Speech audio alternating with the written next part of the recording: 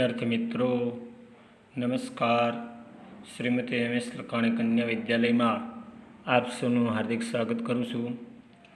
ધોરણ 10 વિષય ગુજરાતીમાં આજે આપણે પાઠ નંબર 6 જે પાઠ એનું જોયું હતું વિભાગ 1. આજે આપણે વિભાગ 2 તરફ જઈ રહ્યા છીએ. ત્યારે આપ બાળકો શાંતિથી એ પાઠ સમજશો એવી હું અહીંથી આશા વ્યક્ત કરું છું.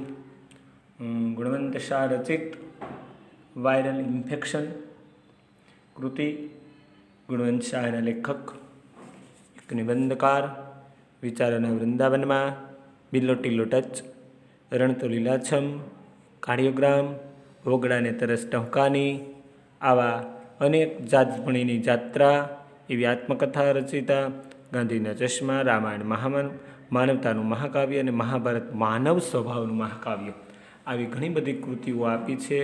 એ વિનોદ ગુણવંત શાહ રચિત વાયરલ ઇન્ફેક્શન સાહિત્ય પ્રકાર નિબંધ અને આધાર ગ્રંથ છે મરો ત્યાં સુધી જીવો. મરો ત્યાં સુધી જીવો, બરાબર છે, જીવવાનું છે. એવી કૃતિઓમાંથી લેવામાં આવેલો આ નિબંધનો અંશ છે. એ આપણે ભણવા તરફ જઈ રહ્યા છીએ, પાર્ટ બી. તો બાળકો ધ્યાન આપશો તમે. એ આપણે પાઠ છે આગળ ધપાવીએ છીએ. કાર્ડિયોગ્રામ, હૃદયના ધબકારા લેખતું યંત્ર જે છે કાર્ડિયોગ્રામ, એવી પણ એમણે કૃતિ લખેલી છે. રણ તો લીલાછમ, રણ લીલાછમ હોવા જોઈએ, આવી ઘણી બધી કૃતિઓ લખી છે. પણ આ તો એક નિબંધ અંશ, નિબંધ સંગ્રહમાંથી, નિબંધનો જે અંશ છે એમાંથી એ લેવામાં આવેલો છે. તો આ પાઠ આપણે જોઈએ. જે આપણે તંદુરસ્ત સમાજની નિશાની, એ ઘરડા ઘરમાં વૃદ્ધોની સંખ્યા વધે કંઈ તંદુરસ્ત સમાજની નિશાની નથી. અને સંકટ સમયની સાંકળ વારંવાર વપરાય તે યોગ્ય નથી. સંકટ સમયની સાંકળ એ વારંવાર વપરાવી ન જોઈએ, જરૂર પડે ત્યારે જ વાપરવી જોઈએ, બરાબર ને. તો એ વાત છેલ્લે કરીથી ત્યાંથી આગળ રેફરન્સ લઈ ડૉક્ટરને તાવની ફરિયાદ કરનારા દર્દીઓને કાને આજકાલ 2 શબ્દો અચૂક પડે છે. ડૉક્ટર હોય, ડૉક્ટર, દાક્તર, ગુજરાતી આપણે વૈદ્ય કહેવાય. પહેલાં શબ્દ શું હતો બાળકો, કે આપણા સાવ પ્રાચીન સમયમાં એના માટે કહેવાય કે જૂના સમયમાં એને આપણે શું કહેતા બેટા? વૈદ્ય કહેતા, ડૉક્ટર. પછી દાક્તર ગામડામાં, અત્યારે આપણે શહેરમાં કહીએ ડૉક્ટર. ડોકટર, ડોક કાપવાવાળાની, ડોકટર એમ થાય તો ડોકટર. એવી રીતે નહીં, પણ ડૉક્ટર જે કહેવાય કે આપણી એ માંદગીને, મૃત્યુને, બીછાને પડ્યા હોય એ માણસને સજીવ, એને કહેવાય કે એ સારું કરી આપે છે, એ ડૉક્ટર છે. બાકી બધા ડોકટર છે. એટલે આવા દાક્તર, આવા ડૉક્ટર, આવા વૈદ્ય છે એ કહેવાય કે માણસની જિંદગી ભગવાનની કૃપાથી બચાવી શકે છે. ભગવાન એને મોકલ્યા છે કે માણસનું તું સારું કર. એ કહેવાય કે ભગવાને કીધું છે કે આ 8 પ્રકારનામાં મારો વાસ છે, 8 પાસે હું વસું છું. એમાં એક ડૉક્ટર પણ આવે, શિક્ષક, ડૉક્ટર, કડિયો, બરાબર, સૈનિક, રાષ્ટ્રસેવક, સૈનિક, ડૉક્ટર, કડિયો, ખેડૂત, આવા બધા જે છે, વસ્ત્ર વણનાર, વણકર, તો આ બધા જે છે એ કહેવાય કે ભગવાનના 8 રૂપો છે. અને એમાંનું એક આ રૂપ એટલે ડૉક્ટર પણ બની શકે છે. વાયરલ ઇન્ફેક્શન એટલે મોકલનારના સરનામા વગરનું વીપી પાર્સલ. વીપી પાર્સલ એટલે વાયરલ ઇન્ફેક્શન, એનું ફૂલ ફોર્મ છે બેટા દીકરીઓ, વીપી પાર્સલ. ડૉક્ટરને કંઈ જ ન સમજાય ત્યારે આ 2 શબ્દો એની મદદ આપે છે. હું કીધું કે ભાઈને કંઈ ન સમજાય ત્યારે એને 2 શબ્દો એને અચૂક સમજાય છે. વીપી પાર્સલ એટલે સરનામા વગરનું વાયરલ ઇન્ફેક્શન. વાયરલ ઇન્ફેક્શન એટલે ઇન્ફેક્શનનો એને શું લીધું છે? ઇન્ફેક્શનનો કહેવાય કે પી લીધો છે. ઇન્ફેક્શન, બરાબર છે, કડધો આ રીતે જોડાક્ષર. ઇન્ફેક્શન, વાયરલ ઇન્ફેક્શન એટલે વીપી પાર્સલ. તો ડૉક્ટરને કંઈ ન સમજાય ત્યારે 2 શબ્દો અચૂક પડે છે અને વાયરલ ઇન્ફેક્શન એમ કહી દે તરત જ દર્દીને. ડૉક્ટરનો એમાં કોઈ વાંક જ નથી. ડૉક્ટરનો એમાં કોઈ જ વાંક નથી. તમે શબ્દ જુઓ કોઈ જ વાંક નથી. જ આવ્યો છે બાળકો, એ નિપાત છે ગુજરાતીમાં. જ કેવો નિપાત કહેવાય છે બેટા? ભારવાચક નિપાત કહેવાય દીકરીઓ, ભારવાચક. કારણ કે એ ડૉક્ટરનો એમાં કોઈ જ વાંક નથી. તમે આવશો જ, બરાબર. જ આપ્યો એટલે ભાર કહેવાય ને ભારવાચક નિપાત છે જ, બરાબર છે. તો એ ભારવાચક નિપાત. તો ય પણ જ, ખરું, સુધા, માત્ર, ફક્ત, કેવળ, બરાબર. આ બધા જ નિપાતો કહેવાય છે. યાદ રાખજો બેટા. વીપી પાર્સલ, સમજાય કે ન સમજાય, ડૉક્ટર એમાં કોઈ વાંક જ નથી. જે દેશમાં જાહેર આરોગ્ય આટલું પાંગળું હોય ત્યાં ઢગલાબંધ વસ્તીમાં જથ્થાબંધ મહામારી હોવાની જ. મહામારી શબ્દ અત્યારે ચાલે છે, કોરોના મહામારી. અત્યારે આપણે પાઠ ચલાવીએ છીએ કે આરોગ્યના આ કહેવાય રોગના ભરડામાં જ આપણે એ ફસાઈ ચૂક્યા છીએ.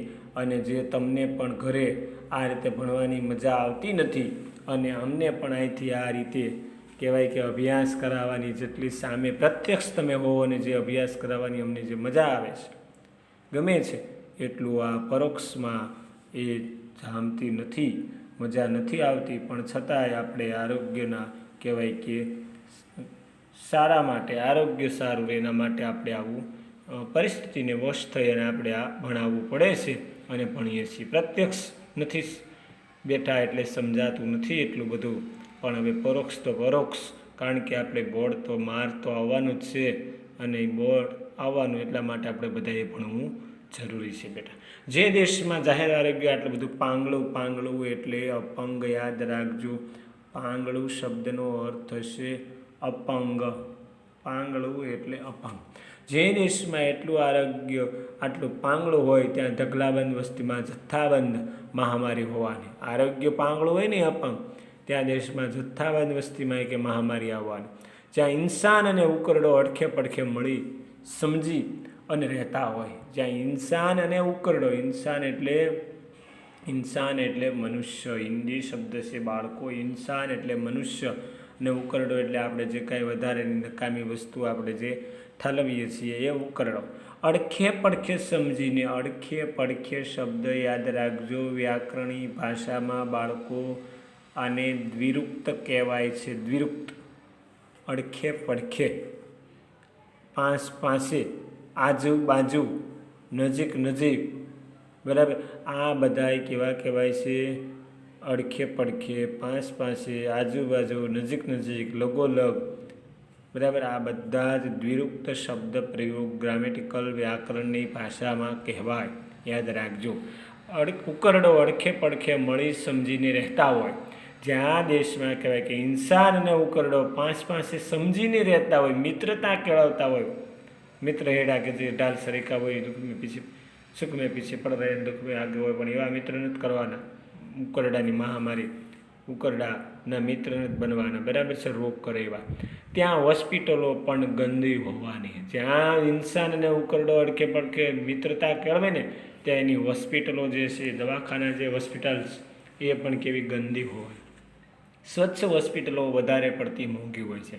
સ્વચ્છ હોસ્પિટલો હોય કે ભાઈ એસસીજી હોય કે પહેલાં આપણે વોકાર્ટ હતી, બરાબર. તો આવી બધી જે હોસ્પિટલો જે છે એ કેવી કે વધારે પડતી મોંઘી હોય. અને ખાસ કરીને આપણે પ્રાઇવેટ હોસ્પિટલો હોય તો એ વધારે પડતી કેવી કે મોંઘી હોય. ને કેમ તો કે ભાઈને સ્વચ્છતાના જ એ રૂપિયા છે, સ્વચ્છતાની જ મની એ કહેવાય કે એનું જ પેમેન્ટ લેશે એ લોકો સ્વચ્છતાનું. એટલે કે માણસ સાજો થઈ જાય છે, એને રોગ ન થાય, એને ગંદકી ન થાય, બરાબર. એના માટે જ એની ફીસ આપવી પડે. સ્વચ્છ હોસ્પિટલમાં લીલા પાટિયા પર સુંદર લખાણ હોય છે. સ્વચ્છ હોસ્પિટલો હોય એ લીલા પાટિયા, ગ્રીન બોર્ડ ઉપર આપણે કેમ શાળામાં બોર્ડ હોય એવા ગ્રીન પાટિયા પર સુંદર લખાણ અવતરણમાં પાછું હોય, જે થોડે દિવસે બદલાતું રહે. સ્વચ્છ હોસ્પિટલોમાં લીલા પાટિયા પર સુંદર લખાણ હોય છે. કેવા લખાણો હોય છે?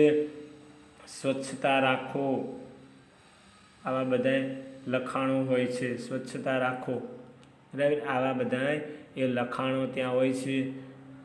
સ્વચ્છતા રાખવું, બૂટ ચપ્પલ બહાર કાઢીને આવવું, બરાબર. મોબાઈલ સ્વિચ ઓફ રાખો. તો આવા બધા ઘણા બધા ત્યાં કહેવાય કે લખાણો સ્વચ્છતા માટેના, સ્વચ્છ રહેવું, કાંઈ પણ વસ્તુ સાથે લઈ ન જાવી, બધું જ એ વસ્તુ તમારે જે કાંઈ પાર્સલ તમારી પાસે હોય એ બહાર મૂકવા. તો આવા બધા એ સ્વચ્છ હોસ્પિટલો જે છે, મોંઘી હોસ્પિટલો જે છે, પ્રાઇવેટ હોસ્પિટલો છે, એ દર્દીને સાજા કરવા માટે એટલી પરેજી નિયમ એના બનાવતા હોય છે.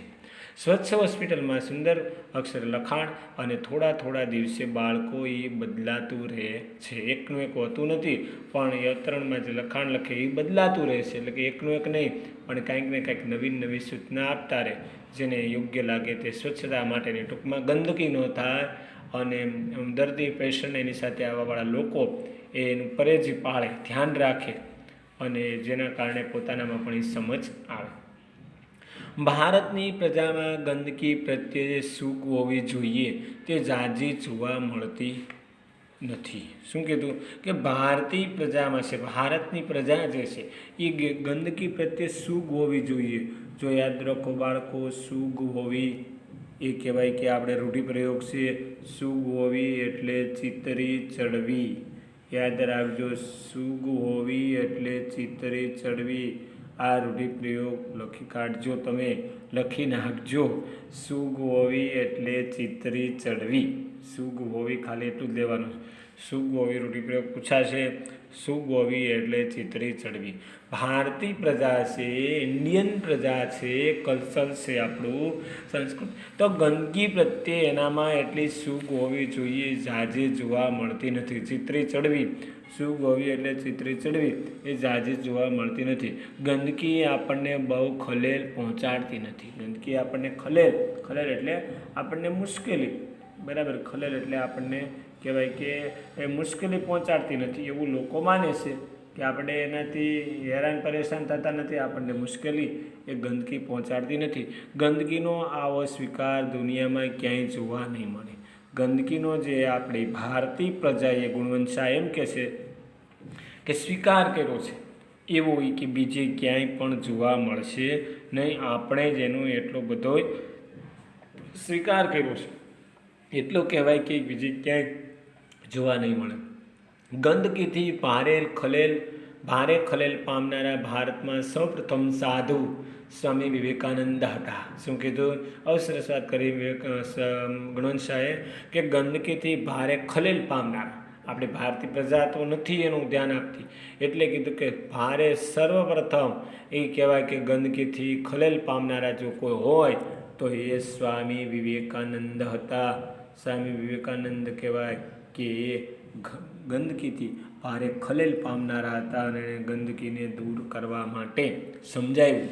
ગરીબી અને ગંદકી વચ્ચેના બહેનપણાને કારણે, હું કીધું ગરીબી અને ગંદકી એ બંને બહેનપણીઓ છે, એ મિત્ર છે, એકબીજાના ભાઈબંધ છે, દોસ્તાર છે, બેનપણી છે, સખી છે. ગરીબી અને ગંદકી વચ્ચેના બહેનપણાને કારણે આપણે ત્યાં આપણી હોસ્પિટલોમાં ઢગલાબંધ દર્દીઓ બણબણતા રહે છે. શું કહેવાય છે કે બણબણતા રહેવું એટલે કે એ કહેવાય કે એટલી બધી એની કહેવાય કે માખ્યું, એ કહેવાય કે એનું રોગ, બરાબર, એના પ્રત્યેનું એ કહેવાય છે કે શું દર્દીઓ, ઢગલાબંધ દર્દીઓ એ ગરીબી અને ગંદકી બંને વધવાને કારણે, ગરીબી અને બીજું ગંદકી છે એ બંનેને કારણે શું થયું તો કે ઢગલાબંધ દર્દીઓ હોસ્પિટલોમાં, સરકારી હોસ્પિટલો હોય, બીજી નાની હોસ્પિટલો હોય, ગામડાની હોય, તો ત્યાં એ એટલી બધી એ દરકાર કરવામાં આવતી નથી, બરાબર, સ્વચ્છતાની, અને દર્દીઓ બણબણતા રહે છે અને બીજાને પણ રોગ ફેલાવે છે. તો ખાસ આપણે આમાં જોવાનું છે બાળકો કે કેવી રીતે આપણે સાજું થવું, રોગ પ્રતિકારક શક્તિ વધારવી, રોગ ન થાય એના માટે કાળજી લેવી, આપણું આરોગ્ય સારું બને, બરાબર, અને સ્વચ્છતા કેળવવી જેથી કરીને રોગ એ આપણામાં માતબર થઈ શકતો નથી. બીજો શબ્દ આવ્યો છે મારે તમને કહેવું છે, બણબણતા શબ્દ, બરાબર છે. કેવો શબ્દ છે તો કે બણબણતા. તો બણબણતા શબ્દ તમે જુઓ તો પણ આપણને એ લાગે છે કે દ્વિરુક્તનો પ્રયોગ થયો હોય એવું લાગે છે. દ્વિરુક્ત, કારણ કે આની અંદર અવાજ નથી. દ્વિરુક્ત બણબણવું, એટલે દ્વિરુક્તનો શબ્દનો પ્રયોગ રહે છે. એ દર્દીઓ બણબણતા રહે. વેદ, ઉપનિષદ, ગીતાના વારસા અને વૈભવ અંગે ગૌરવ લેનારી આપણી પ્રજાનો બહુ મોટો વર્ગ અભણ છે. શું કીધું છે? ગરીબી અને ગંદકી વચ્ચેની વાત કરતા લેખક બળવંત એમ કહે છે કે વેદ, ઉપનિષદ અને ગીતાનો વારસો, 4 વેદ, ઉપનિષદો, ઈશ્કેન કાટ, પ્રશ્ન મંડક, માંડુક્ય, ત્રિતેતર, છાંદોગ્ય, બૃહદારણ્યક, શ્વેતાશ્વતર, આવા જે 11 ઉપનિષદો, 108 એમાંથી 11 ઉપનિષદો આપણે યાદ: ઈશ્કેન કાટ, પ્રશ્ન મંડક, માંડુક્ય, ત્રિતેતર, છાંદોગ્ય, બૃહદારણ્યક અને શ્વેતાશ્વતર. અને ભગવદ્ ગીતા ધર્મક્ષેત્રે કુરુક્ષેત્રે સમવેત્સા યુકુ મામકા પાંડવા કિમ કુર્વત સંજય. ભગવદ્ ગીતાનો પહેલો શ્લોક, બરાબર છે. સાંખ્યયોગ આપણે અર્જુન વિષાદ યોગ એનો પહેલા અધ્યાયનો પહેલો શ્લોક છે જે, બરાબર. તો આ વેદ, ઉપનિષદ, 4 વેદ, ઋગ્વેદ, યજુર્વેદ, સામવેદ ને અથર્વવેદ, એ રીતે ભગવદ્ ગીતા કર્મ, ભક્તિ અને જ્ઞાનનો ત્રિવેણી સંગમ એટલે ભગવદ્ ગીતા, જે કહેવાય કે મહાભારતની અંદર 18 પર્વો, 1 લાખ શ્લોક, 18 પર્વની અંદર 18 ઉપપર્વો. એ 18 પર્વની અંદર જોઈએ તો વન પર્વ, સભા પર્વ, વિરાટ પર્વ, મોસર પર્વ, આદિ પર્વ, શાંતિ પર્વ, યુદ્ધ પર્વ, આવા અનેક પર્વ. એની અંદર ભીષ્મ પર્વ, વન પર્વ, વિરાટ પર્વ, સભા પર્વ, એની અંદર ભીષ્મ પર્વ. અને ભીષ્મ પર્વની અંદર આપણે જોઈએ બાળકો, ભગવદ્ ગીતા ક્યાં છે એ મારે તમને કહેવું છે. તો કે મહાભારતની અંદર એક ભીષ્મ પર્વ, આમ તો કુલ 18 પર્વો છે. એની અંદર ભીષ્મ પર્વ, 18 પર્વો, એની અંદર એક ભીષ્મ પર્વના 25 થી 42 બરાબર થાય બેટા 18. એ 18 અધ્યાય એટલે કહેવાય છે ભગવદ્ ગીતા. યાદ રાખજો, 18 મહાભારતના કુલ 18 પર્વો, 18 પર્વના એક ભીષ્મ પર્વના 25 થી 42 અધ્યાય એટલે બરાબર થાય 18ની સંખ્યા. એ 18 એટલે ભગવદ્ ગીતા જે છે એ ભગવદ્ ગીતામાં એ કહેવાય કે 700 શ્લોક અને 18 અધ્યાય. એ 18 અધ્યાયમાં આપણે જોઈએ તો કહેવાય છે કે 6 અધ્યાયમાં વહેંચાયેલું છે. 6 અધ્યાયમાં વહેંચાયેલું. એ 6 અધ્યાય 1 થી 6 તમે જુઓ, 1 થી 6 જુઓ તો એ કહેવાય છે તમને કર્મયોગ જોવા મળશે. 7 થી 12 તમે જુઓ તો ભક્તિયોગ જોવા મળશે બેટા. અને 13 થી 18 જુઓ ને તો તમને જ્ઞાન યોગ જોવા મળશે. કર્મ, ભક્તિ અને જ્ઞાનનો ત્રિવેણી સંગમ એટલે ભગવદ્ ગીતા. અને કિશોરલાલ મશરૂવાળાએ એમ કીધું છે, ભગવદ્ ગીતા એવા પ્રકારની છાશ છે કે જેમ જેમ વલોવો ને એમ તમારી બુદ્ધિ પર નવો પ્રકાશ પડશે. કહેવાનો અર્થ કે જેમ જેમ વાંચો એમ નવું જ્ઞાન મળશે. આમ વેદ, ઉપનિષદ અને ગીતાના વારસા અને વૈભવ અંગે ગૌરવ લેનારી આપણી પ્રજાનો બહુ મોટો વર્ગ અભણ છે. શું કીધું છે કે અભણ છે. એને એજ્યુકેશન, અભ્યાસ કરાવવાની જરૂર છે. અભણ છે. વારસો આપણને સારો મેળવ્યો છે વેદોનો, ઉપનિષદનો, ગીતાનો. ભગવાન કૃષ્ણે કુરુક્ષેત્રના મેદાનમાં અર્જુનને જે સારથી બનીને ભગવાન જે ઉપદેશ આપે છે, બરાબર. કર્મણે વાધિકારસ્તે મા ફલેષુ કદાચન કર્મ ફલેતુ માર કર્મ સંગત સૌ કર્મણી. એ ભગવાન જે સારથી બન્યા, તમેવ માતા પિતા, તમેવ બંધુ ગુરુ, તમેવ સખા દ્રવિણમ, તમેવ સર્વમ મમ દેવ. એ જે કૃષ્ણ કનૈયા ગોકુળમાં ગારા તણા માથા નોતા મકાન ધસગજ મેળ્યું ધામ સિદ્ધને કરાવ્યા શામળા. એ જે છે એ આપ્યું છે આપણને વારસો એવો ભવ્ય. પણ આપણી પ્રજા કેવી અભણ છે. આપણે ત્યાં રોગ એ નિયમ છે અને આરોગ્ય અપવાદ છે. આ ઊંધી વાત થઈ. રોગ એ નિયમ છે ને આરોગ્ય અપવાદ છે. આપણે રોગને અપવાદ કરવાનો છે ને આરોગ્યને નિયમ કરવાનો છે. આરોગ્યને નિયમ બનાવી અને રોગને અપવાદ કરીને ત્યારે આપણી પરિસ્થિતિ છે એ સુધરી શકે. આપણા સમાજની એથી ઉલટી પરિસ્થિતિ હોવી જોઈએ. સભ્ય ગણાતા સમાજની ઉલટી પરિસ્થિતિ હોવી જોઈએ. એટલે મેં તમને વાત કરીને કે રોગ છે એ અપવાદ બનાવવાનો છે અને આરોગ્ય જે છે ને આરોગ્ય એને નિયમ બનાવવાનો છે. આરોગ્યને નિયમ બનાવી અને રોગને આપણે અપવાદ બનાવીએ ત્યારે આપણા સમાજની પરિસ્થિતિ છે ને બાળકો એ સુધરી શકે છે. આપણા સમાજની પરિસ્થિતિ એ સુધારવા માટે આપણે રોગને અપવાદ બનાવવાનો છે અને આરોગ્યને નિયમ બનાવવાનો છે. પ્રજાનો મોટો વર્ગ પણ છે. સભ્ય સમાજમાં ઉલટી પરિસ્થિતિ એ હોવી જોઈએ. એટલે મેં જે વાત કરી ઉલટી પરિસ્થિતિ, ઉલટું એટલે ઊંધું, બરાબર છે, વિરુદ્ધ.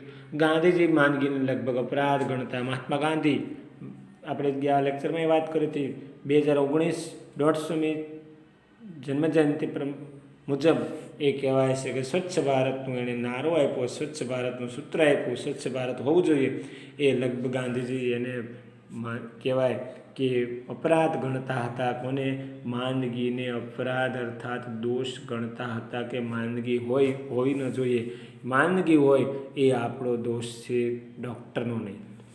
ગાંધીજી માંદગીને લગભગ અપરાધ ગણતા અને તેથી પોતાની માંદગીને તો આધ્યાત્મિક ભૂલ તરીકે જોતા. પોતાની જો માંદગી આવે ને તો એને એમ થાય કે પોતે કંઈક આધ્યાત્મિક ભૂલ કરી છે અને એના કારણે માંદગીને બિછાને છે. તો આવી રીતે ગાંધીજી પોતે માનતા. તમાકુ, નેક્સ્ટ પેરેગ્રાફ. તમાકુના ગુટકા ખાનારને સફરજન મોંઘું પડે છે. જે લોકો કહેવાય કે તમાકુ અને ગુટકા ખાય છે એને સફરજન મોંઘા પડે. સિગારેટના ધુમાડા કાઢનારને ખજૂર, અંજીર અને આલુ કે કાજુ મોંઘા પડે. તમાકુના ગુટકા ખાનારને સફરજન નથી ગમતા, એને મોંઘા પડે છે. અને ગુટકા અને તમાકુ આખો દિવસ ઓગાળતા હોય. સિગારેટના ધુમાડા કાઢનાર ખજૂર, અંજીર, આલુ, બદામ, બરાબર, કાજુ, દૂધ, દહીં, આવું જે વસ્તુ આપણી કહેવાય કે ઘી, ગોળ, દૂધ, દહીં, ખજૂર, કાજુ, અંજીર, બદામ, આવું જે વસ્તુ છે ને, ફ્રૂટ, સફરજન, આવી બધી વસ્તુ ખાઈને તો માણસનું આરોગ્ય એમનામ સારું રહેશે. ક્યારેય દવાખાનેના પગથિયા જિંદગીભર ચડવા પડતા નથી. પણ જે સિગારેટના ધુમાડા કાઢે ને, જે ગુટકાઓ ખાય ને, જે ઘડીએ કહેવાય કે પિચકારી લગાડે ને, માવા ખાય અને પોતાનું આરોગ્ય બગાડે છે, એને કહેવાય છે કે પછી એ બીમારી લાગુ પડે છે. તો એવું ખાવું ન જોઈએ. તમે કહો સાહેબ ઘણા તો નથી ખાતા છતાંય રોગ થાય છે, પણ એ અપવાદરૂપ બાળકો હોઈ શકે, પણ આપણે એમાં પડવાનું નથી. નાસ્તામાં તળેલી વાનગી જ હોય. નાસ્તો બનાવે એમાં તળેલી વાનગી જ હોય. દવાખાને જશો એટલે ડૉક્ટર પહેલાં તમને એમ કહેશે કે તળેલું નહીં ખાતા, ઠંડુ નહીં ખાતા, બરાબર છે. એટલે તળેલું ક્યારેય ખાવાનું બને એટલું ઓછું કરવાનું. તીખું તમતમું આપણને વધારે, પાણીપુરી બહેનોને તો વધારે ભાવે છે, એટલે પાણીપુરીનો પણ ત્યાગ કરવો. ને અત્યારના સમય પ્રમાણે તો હવે બહારનું ક્યાં, આપણે અત્યારે તો બહુ ઓછું લેતા હોય છે બધા જ.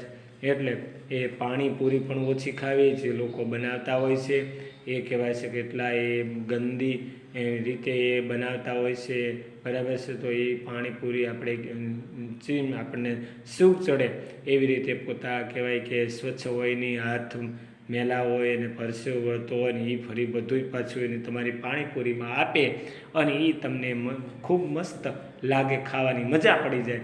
તો એ પાણીપુરી ક્યારેય ખાવી નહીં. નાસ્તામાં તળેલી વાનગી હોય, ફળ હોઈ શકે નહીં. નાસ્તો હોય તો તળેલી વાનગી જ હોય. ફળ ખાવા જોઈએ, ફ્રૂટ ખાવા જોઈએ. આપણી પ્રાચીન સંસ્કૃતિ પ્રમાણે પહેલાંના સમયમાં માનવ છે એ કહેવાય કે ફળ, આ ફૂલ, ફળ ને ફ્રૂટ ઉપર રહેતો. આવી બધી જ કહેવાય કે વસ્તુ છે એ આરોગતો. કઠોળ, મગ, મઠ, ચણા, દાળ, આ બધું જ ખોરાક લેતો અને કહેવાય કે ફ્રૂટ એ પોતાનું કહેવાય કે ફળ ઉપર અને આ વૃક્ષ ઉપર પોતાનું એ કહેવાય કે આ ફ્રૂટ ઉપર, ફળ ઉપર ને ફૂલ ઉપર એનું જીવન હતું. અને વર્ષો સુધી ક્યારેય બીમાર પડતો નહીં, દવાખાના હતા જ નહીં. તો જ્યારે આ બધી જ વસ્તુ આપણે કહેવાય કે બગાડનારી પેટને સેવી ખાવા લાગ્યા, તળેલી, તીખી, તમતમતી, ગંદી, વાસી, અને શરીરનું પેટનું આરોગ્ય બગડવા લાગ્યું. લગ્નના રિસેપ્શનમાં પાર્ટી આપનારને યજમાનનો પ્રેમાળ ઈરાદો જમવા આવેલા નર નારીઓના પેટની હાલત બગાડવાનો હોય એવો વેમ પડે તેવી સ્થિતિ છે. જે લગ્નને રિસેપ્શન એટલે જેની પાર્ટી હોય છે, રિસેપ્શન જે કહેવાય કે લગ્ન બાદ જે રિસેપ્શન આપે છે, મહેફિલ ગોઠવે છે, એ પાર્ટીમાં લગ્ન થઈ ગયા બાદ તો યજમાન જે કોઈ યોજે છે, યજમાન એટલે પોતા જે લગ્ન જે હોય એ રિસેપ્શનમાં, તો એનો પ્રેમાળ ઈરાદો શું હોય કે ભાઈ નર નારીના પેટની હાલત બગડે એવો જ ખોરાક, એવી તળેલી, તીખી, એવા બધાય ખોરાક હોય છે. એમાં કહેવાય કે ચોખ્ખું દૂધનું, ઘીની ચોખા, ગોળ, દૂધ, ઘી, ફ્રૂટ એવું ભોજન હોતું નથી. લોકો બસ ખાધે રાખે, પીધે રાખે અને જીવે રાખે. માંદગીને ખાટલે ઘણું ખરું તો વેડફાઈ ચૂકેલું જીવન પડેલું હોય. ખાંસી વારંવાર આવે તો એ કફ છૂટો પડતો નથી. ખાંસી આવવી એટલે કે ઉધરસ આવવી, વારંવાર ઉધરસ આવે તો પણ એનો કફ છૂટો પડતો નથી. પરંતુ સમજણ શું કહેવાય કે પરંતુ ખાંસી છૂટી પડતી નથી, પરંતુ સમજણ છૂટી પડી જાય. રોગના મૂળમાં સમજણ સાથેના છૂટાછેડા રહેલા છે. તલાક. રોગના મૂળમાં સમજણ સાથેના છૂટાછેડા રહેલા છે. રોગના મૂળમાં શું છે કે સમજણ નથી. સમજણ સાથેના આપણે છૂટાછેડા કરી દીધા છે. એ સમજણ જો આપણામાં હોત તો રોગ આવત, રોગ આપણામાં પહોંચી શકત નહીં. રોગ કહેવાય કે અંદર પ્રવેશી શકત નહીં. પણ રોગના મૂળમાં આપણે સમજણ સાથે રોગ અને સમજણને શું કરી દીધું છે? અલગ કરી દીધા, છૂટાછેડા રહેલા. જે પોતાના શરીરને ન સમજે તે વળી બીજાને શું સમજે? પ્રશ્ન. પોતાના શરીરની જે કાળજી માણસ રાખતો નથી અને જે પોતાને શરીરને ગમે કરતાંય પોતાના શરીરને જે પાચન થાય, પોતાના શરીરને કેવા આરોગ્ય જળવાઈ રહે એવો ખોરાક નથી લેતો, એ માણસ બીજાને સમજી શકતો નથી. એને એટલે આપણે એવો જ ખોરાક જમવો જોઈએ કે આપણા શરીરને કહેવાય કે એ સારું રાખી શકે, આરોગ્ય સારું રાખી શકે, આપણા શરીરને માફક હોય એવો ખોરાક લેવો. મનની સ્વચ્છતાનો શરીરની તંદુરસ્તી પર સીધો પ્રભાવ પડે છે. મેં કીધું હતું તંદુરસ્ત શરીર પર તંદુરસ્ત મન વસેલું છે, એ વાત આવી. મનની સ્વચ્છતા હોય ને તો શરીર તંદુરસ્ત રહેશે. જેનું મન ભાંગી પડે તેનું શરીર પણ ભાંગી પડે. જેનું મન ભાંગી પડે ને એનું શરીર મન ભાંગી જવું, એ મન આપણું ક્યારેય ભાંગવું જોઈએ નહીં. મન ભાંગી જાય તો શરીર પણ ભાંગી જાય છે. એટલે કે આપણું મન ભાંગવું એટલે આપણી અંદર કહેવાય કે એ દુઃખ પેદા થવું, આપણા અંદર કહેવાય કે દુઃખ વ્યક્ત થવું, એ મન ભાંગવું. મનની પ્રસન્નતા પાચન શક્તિને જાળવી લેનારી છે. મનની જે ખુશી જે છે, મનની પ્રસન્નતા, ચિત્તની પ્રસન્નતા, દિલની દાતારી, બરાબર, આ બધા છે અંદરના ગુણો છે. ટાઢિયા તાવની તાળ, ગમડાનું કરજવું, ચિત્તની શાંતિ, મનની પ્રસન્નતા, આ બધા અંદરના ગુણો છે. અને દિલની દાતારી, પ્રિય બોલવું દાતારી સજનતા સુર પંથ, એતા અભ્યાસે ન મિલે બિના કૃપા ભગવંત. આ બધું છે ને એમના મળતું નથી. પ્રિય બોલવું દાતારી સજનતા સુર પંથ, એતા અભ્યાસે ન મિલે બિના કૃપા ભગવંત. આમાં ભગવાનની કૃપા વગેરે આ કાંઈ મળતું નથી. ભગવાનની કૃપા હોય ને બેટા તો જ મળે છે. એટલે મનની પ્રસન્નતા, ચિત્તની શાંતિ, મનની પ્રસન્નતા, ટાઢિયા તાવની ટાઢ અને દિલની દાતારી, આ બધું અંદરથી મળે છે. ઈર્ષા, એસિડિટી વધારે એવો પૂરો સંભવ છે. ઈર્ષા છે ને ભાઈ, કોઈના તરફ ઈર્ષા ક્યારેય આપણે કરવી જોઈએ નહીં. ઈર્ષા ક્યારે આવે યાદ રાખો, જ્યારે કોઈ પણ વ્યક્તિ આપણાથી આગળ હોય, કોઈ પણ વ્યક્તિ આગળ હોય ને ત્યારે આપણે એના તરફ ઈર્ષા આવે છે.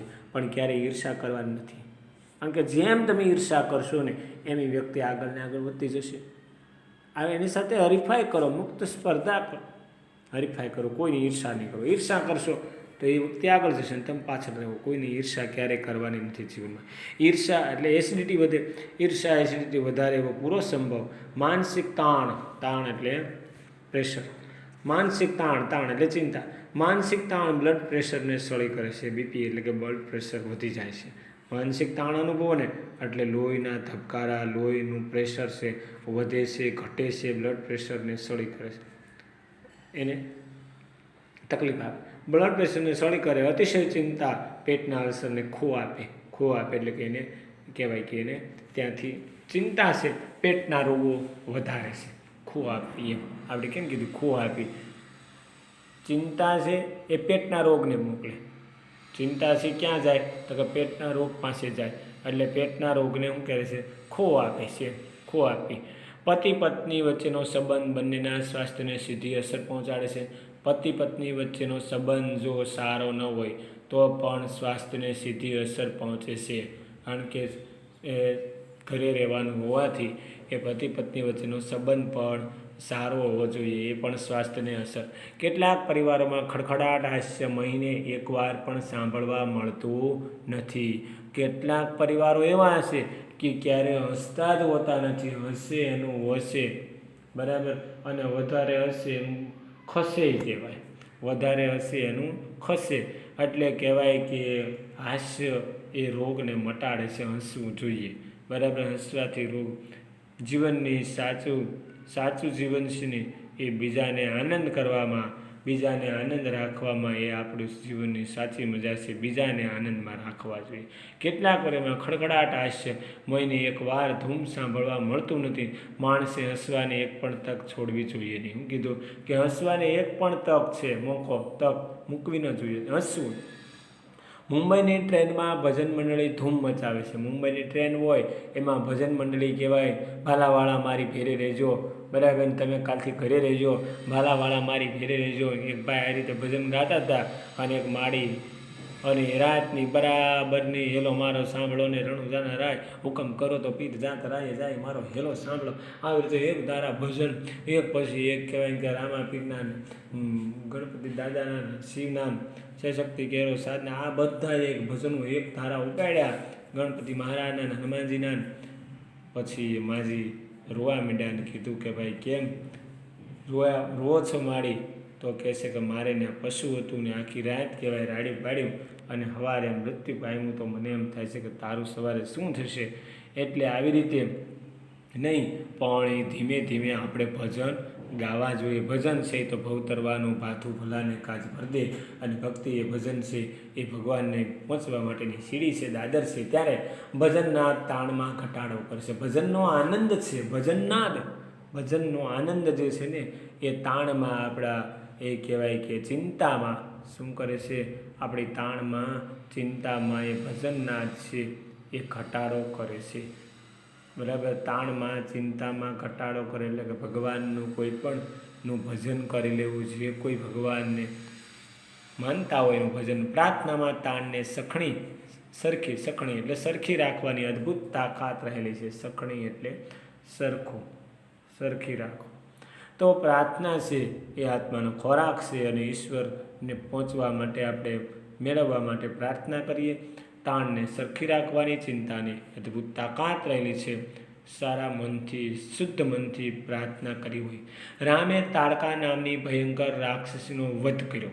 રામ ભગવાન છે, રામને નોતરું દેવા બની કૌશલ્યા સીતાને સાધનગર જાનકી, રામની જાયા મહાબ્રહ્મચર્યની મૂર્તિ, પ્રભુ સંકલ્પની પ્રતિમા આવ્યા, હજુરીદાસ હનુમંતા જન્મમાં અંજની જોશે.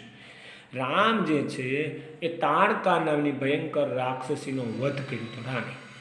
ત્યારે આપણે તાણ નામની વાંસા વગરની, પીઠ વગરની ચૂંડેલનો નાશ કરવાનો છે, બીજું કાંઈ નહીં. ફરક એટલો, રામે તાડકા નામની વાંસાવાળી રાક્ષસીનો, પીઠવાળી રાક્ષસનો વધ કર્યો, અને આપણે તાણ નામની, એને તાડકાને આપણે તાણ, ગુણવંત શાહ એમ કહે છે કે આપણે તાણ નામની, ચિંતા નામની પીઠ વગરની ચૂડેલ, એ ભૂત પલિત ચૂડેલનો એ કહેવાય કે નાશ કરવાનો.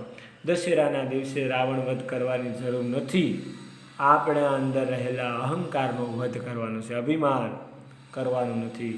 અહંકાર, ગર્વ, પાખંડ, બરાબર, આવું અભિમાન આપણે જીવનમાં ક્યારેય કરવાનું એ કે દશેરાના દિવસે રાવણ વધ કરવાની જરૂર નથી. કારણ કે રાવણ તો પરમ શિવનો ભક્ત હતો, શિવનો પરમ ભક્ત હતો. હમણાં શ્રાવણ મહિનો હવે મંગળવારથી શરૂ થાય છે, ત્યારે હર હર ભોલેનાથના નાથ સાથે એ કહેવાય છે કે શિવ તાંડવના રચયિતા એ જટાકટાબ્રહ્મસ્પલંબલજનર્જનર્જરી વિલાલ વિચ વિલ્લરી વિરાજમાન વર્ધની ધગત ધગત ધગત લાટ પાવટબકે કિશોર ચંદ્રશેખર રતિ પ્રતિક્ષણમમ. એ જે રાવણનો કૃત્ય શિવતાંડવ છે, ભગવાન શિવનો એટલો પરમ ભક્ત હતો રાવણ જે, એ તો એ છે, તો રાવણ શિવનો ભક્ત હતો. એને વધ કરવાની જરૂર નથી. આપણી અંદર રહેલો અહંકારનો વધ કરવો. અહંકાર એક એવો રોગ છે, અહંકાર, અભિમાન, ગર્વ, પાખંડ, બરાબર, ફૂલાઈ જવું, એક એવો રોગ છે જે અસંખ્ય પરિવારને પ્રજવે, અસંખ્ય પરિવારોને પજવે છે. પજવે એટલે પરેશાન કરે બેટા, હેરાન કરે, અને પ્રજાળે છે. પ્રજાળે એટલે બાળવું. શું થાય બેટા? બાળવું. બંને શબ્દના અલગ અલગ અર્થ છે બાળકો. પરેશાન પજવે એટલે પરેશાન અને પ્રજાળે, બંને પ ઉપરથી બનેલા, પજવે અને પ્રજાળે, પરેશાન હેરાન કરે અને બાળે છે આ રોગ. સરળ વ્યક્તિનું સ્વાસ્થ્ય સારું હોય, સરળ વ્યક્તિ હોય ને એને ક્યારે બીમાર પડતો નથી, સ્વાસ્થ્ય સારું હોય છે એવી શક્યતા પ્રમાણમાં વધારે મોસ્ટ ઓફલી રહે. જે વ્યક્તિ દાવપેચ રમીને, પોલિટિક્સ જેનામાં છે ને દાવપેચ અને છળ કપટ છે ને, એનું શરીર સાવ નિરોગી ન રહી શકે. દાવપેચ રમીએ, છળ કપટ કરે, છળ પંપચ કરે, બરાબર, પાછળથી એ દાવપેચ રમીએ, આપણે આગળ કાંઈ આપણને સામે કાંઈ કહે અને પાછળ કાંઈ બોલે, બરાબર, મુખમાં રામને બગલમાં ચૂરી, દાવપેચ રમે, પોલિટિક્સમાં રાખે, એ ક્યારેય નિરોગી ન રહી શકે, સાવ નિરોગી ન રહી શકે. રોગ વગેરે એને રોગ હોય. મનના મેલા વહુ એ આદમી ઘણું ખરું શારીરિક તકલીફ વગરનો ન હોઈ શકે. મનના મેલા વહુ આ રૂઢિપ્રયોગ છે, બાળકો યાદ રાખજો બેટા. મનના મેલા વહુ એટલે ખરાબ દાનત ના હોવું, બરાબર છે, ખરાબ દાનત ના હોવું, ક્યારેય મનના મેલા થવાનું નથી. મન ચંગા તો કથરોટ મેં ગંગા. શું કહું છું? મન ચંગા, બીજી કહેવત આના જેવી તમને આપું છું. મન ચંગા, ચંગા એટલે શુદ્ધ, તો કથરોટ મેં ગંગા, કથરોટ મેં ગંગા. જો મન ચોખ્ખું હોય ને બેટા, શુદ્ધ, તો આપણી કથરોટ જે છે એની અંદર પણ ગંગા કહેવાય કે આપણું નાહવાનું કોઈ કહેવાય કે નાહવાની જે ડોલ હોય, ટબ હોય, એની અંદર પણ ગંગા આવી ગઈ છે. ગંગા યમુના છે ગોદાવરી નર્મદે સિંધુ કાવેરી જલસ્મિન કરું સિંધુમ કરું સ્વાહા. એમ આપણે જ્યારે સ્નાન કરીએ ત્યારે શ્લોક જે બોલીએ છીએ એની અંદર પણ ગંગા પ્રવેશી ચૂકી છે. ગંગા નદીએ જવાની જરૂર નથી. એટલે મનના મેલા ક્યારે હોવું નહીં. મન મેલા તન ઉજળા કપટઈ બગલા અંગ, એથી તો ભાઈ કાગા ભલા તન મન એક જ રંગ. એથી તો કાગા ભલા કે એનું બહારથી નહીં મેલા ને અંદરથી નહીં મેલા, બાકી દેખાડવાના અલગ અને ચાવવાના અલગ, એવા ક્યારેય કરતા નહીં. એ શુદ્ધ મનના રહેજો, શુદ્ધ મન રાખજો, ક્યારેય જિંદગીમાં વાંધો આવશે નહીં. મન છે ને એ ચોખ્ખું ને નિર્મળ શુદ્ધ કહેવાય કે આપણું પેટ શુદ્ધ મન રાખવું જોઈએ. એટલે આપણે દાવપેચ રાખવા નહીં, કહેવાય કે તકલીફ નહીં થાય. દાવપેચની છળ કપટ રાખવું નહીં, કોઈની પેલી આઘા પાછી કરવી નહીં, અને પોલિટિક્સ રમવું નહીં. શુદ્ધ મનના રહેવું, પ્રપંચ કપટ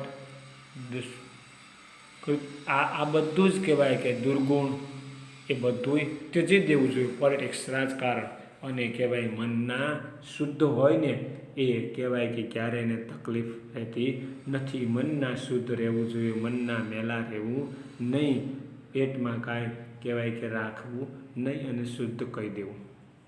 અસ્વચ્છ અને અસ્વસ્થ મન નશા તરફ જલ્દી રહે છે. અસ્વચ્છ અને અસ્વસ્થ મન હોય, જો યાદ રાખજો. અસ્વચ્છ હોય અને અસ્વસ્થ હોય તો એ માણસને નશા તરફ દોડે, કારણ કે પછી એને નશો કરવો પડે. સિગારેટનો ધુમાડો મનની બેચેનીનું વાયુ સ્વરૂપ ગણે. સિગારેટ પીવાનો ધુમાડો છે એ મનની બેચેની ઉત્પન્ન કરે છે.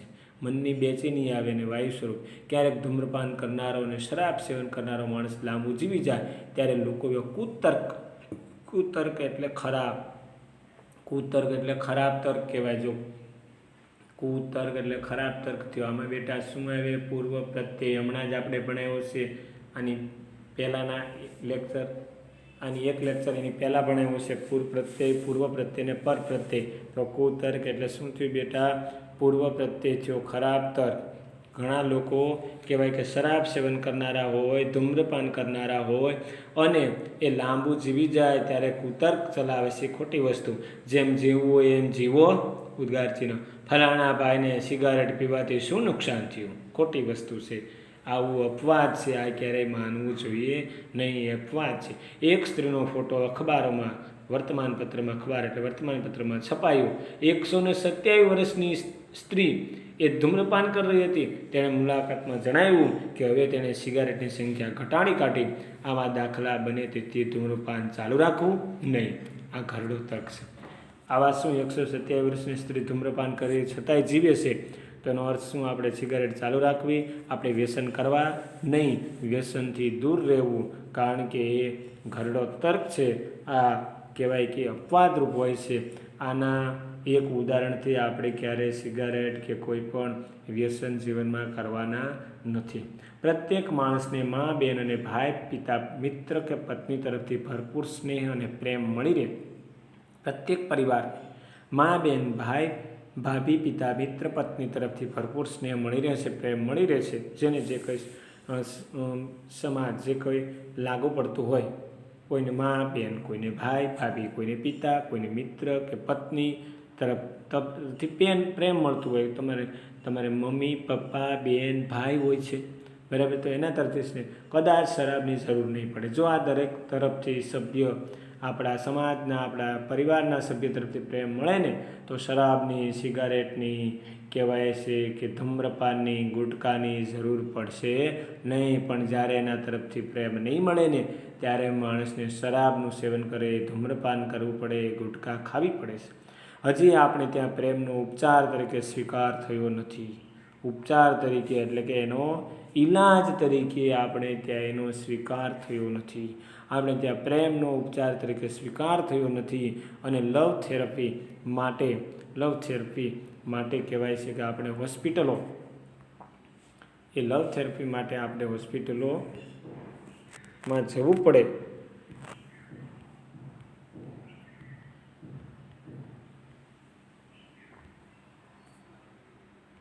લવ થેરપી માટે હોસ્પિટલો કે સાયકેટિક્સ પાસે, એટલે કે મનોચિકિત્સક, યાદ રાખજો.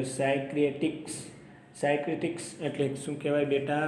એ સાયકેટિક્સ એટલે કહેવાય છે કે મનોચિકિત્સક પાસે જવું પડે છે. મનોચિકિત્સક, બરાબર છે. મનોચિકિત્સક જે છે મન કહેવાય કે એ પોતે મનોચિકિત્સક છે, બરાબર, તો એની પાસે જવું પડે છે. ભર્યો પ્રેમાળ પરિવાર તન અને મનના આરોગ્ય માટેની પૂર્વ શરત છે. હું કીધું કે ભર્યો પ્રેમાળ પરિવાર, ભર્યો યાદ રાખો. ફરી પાછું હું કહું છું તમને, દ્વિરુક્ત શબ્દ પ્રયોગ આવી ગયો છે બેટા, દ્વિરુક્ત બન્યો.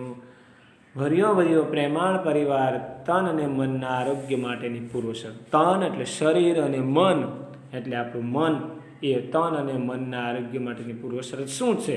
તો કે ભર્યો પ્રેમાળ પરિવાર છે. પ્રેમાળ પરિવાર હોય ને તો એનું આરોગ્ય ક્યારેય બગડતું નથી, એને રોગપ્રતિકારક શક્તિ વધે છે. એને કહેવાય છે કે ક્યારેય એક કાર્ડિયોગ્રામ એ કોઈ પણ એ અતિ સૂક્ષ્મ જીવાણુ કે વાયરલ ઇન્ફેક્શન, કાર્ડિયોગ્રામ કે હૃદયને આલેખતું તંત્ર છે. જ્યારે વાયરલ ઇન્ફેક્શન એટલે અતિ સૂક્ષ્મ જીવાણુ અંતર ઉત્પન્ન કરતું જંતુ, એ કણો આપણે કહીશું ને, કણો વધી ગયા છે, એ વાયરલ ઇન્ફેક્શન, વાયરલ છે કે કણો અત્યંત શરીરની અંદર કણો વધી જવા, નાના બાળકોને આ વધારે મુશ્કેલી થતી હોય છે. તો તન અને મનના આરોગ્ય માટેની પૂર્વ શરત છે જીવન વીમો જરૂરી છે.